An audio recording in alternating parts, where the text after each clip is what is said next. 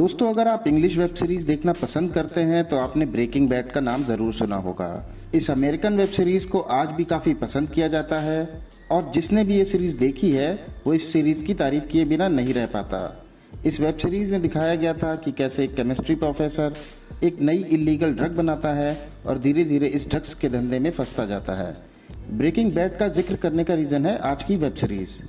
आज हम जिस वेब सीरीज़ की बात करने जा रहे हैं वो भी इलीगल ड्रग को बनाने और उसके धंधे पर ही आधारित है और एमएक्स प्लेयर की इस वेब सीरीज़ का नाम है हाई। तो आप अगर जानना चाहते हैं कि कैसी है वेब सीरीज़ तो इस वीडियो को अंत तक ज़रूर देखिएगा। High starring Akshay Oberoi, Ranvir Shorey, Mrunmayee Godbole, Shweta Basu Prasad and others. दोस्तों, आज से कुछ महीनों पहले की बात की जाए तो शायद ही किसी आम भारतीय नागरिक को एनसीबी यानी नारकोटिक्स कंट्रोल ब्यूरो की फुल फॉर्म भी पता थी। लेकिन सुशांत सिंह राजपूत का केस जैसे जैसे उलझते हुए ड्रग डीलिंग तक पहुंचा, सबको एनसीबी की फुल फॉर्म तो छोड़िए, आज की डेट में ड्रग्स कितने टाइप की होती है, किस रेट में मिलती है, ये तक पता चल गया है। And all credit goes to our news hungry news channels. अब वो न्यूज़ आम जनता की काम की हो या ना हो, भले ही यूथ पर वो गलत असर डाले, उससे न्यूज़ चैनल्स को क्या ही फ़र्क पड़ता है। हाई वेब सीरीज़ की कहानी भी ड्रग्स के धंधे के इर्द गिर्द घूमती है। कहानी शुरू होती है शिव माथुर यानी अक्षय ओबराय से, जो एक ड्रग एडिक्ट है और सुबह शाम नशे में ही डूबा रहता है। एक ड्रग ओवरडोज की घटना के बाद उसे एक रिहैब सेंटर में ले जाया जाता है, जहां एक्चुअल में कुछ साइंटिस्ट मिलकर एक एंटी अल्जाइमर यानी भूलने की बीमारी की मेडिसिन बना रहे हैं। उस मेडिसिन को जब शिव लेता है तो उसे पता चलता है कि इस ड्रग ने उसकी दूसरी ड्रग्स का एडिक्शन छुड़वा दिया है।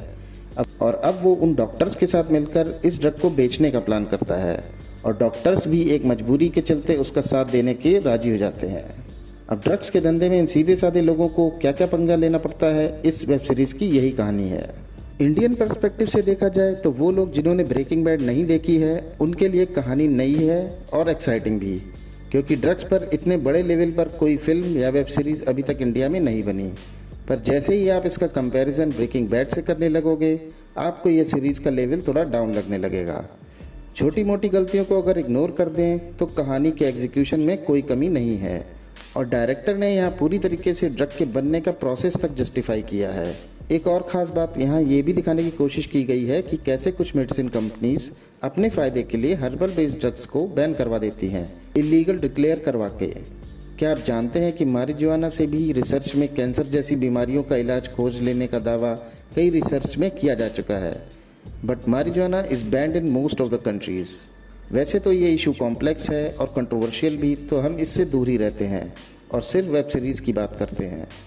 वैसे तो सीरीज़ देखने लायक है, बट कमियों की बात की जाए तो यहाँ कुछ कैरेक्टर्स का पास्ट नहीं दिखाया गया है, जबकि उनका पास्ट उनको परेशान ज़रूर करता है। यहाँ अगर थोड़ा कैरेक्टर डेवलपमेंट पर भी जोर रहता तो दर्शकों की उत्सुकता और बढ़ती।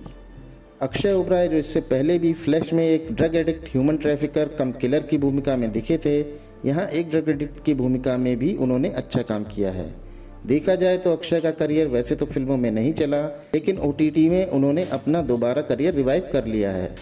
रणवीर शौरी तो भाई बंदा ही गजब का है, जैसा भी रोल दे दो रणवीर शौरी पूरी परफेक्शन से निभाने की कोशिश करते हैं और अक्सर उनकी कोशिशें कामयाब भी रहती हैं।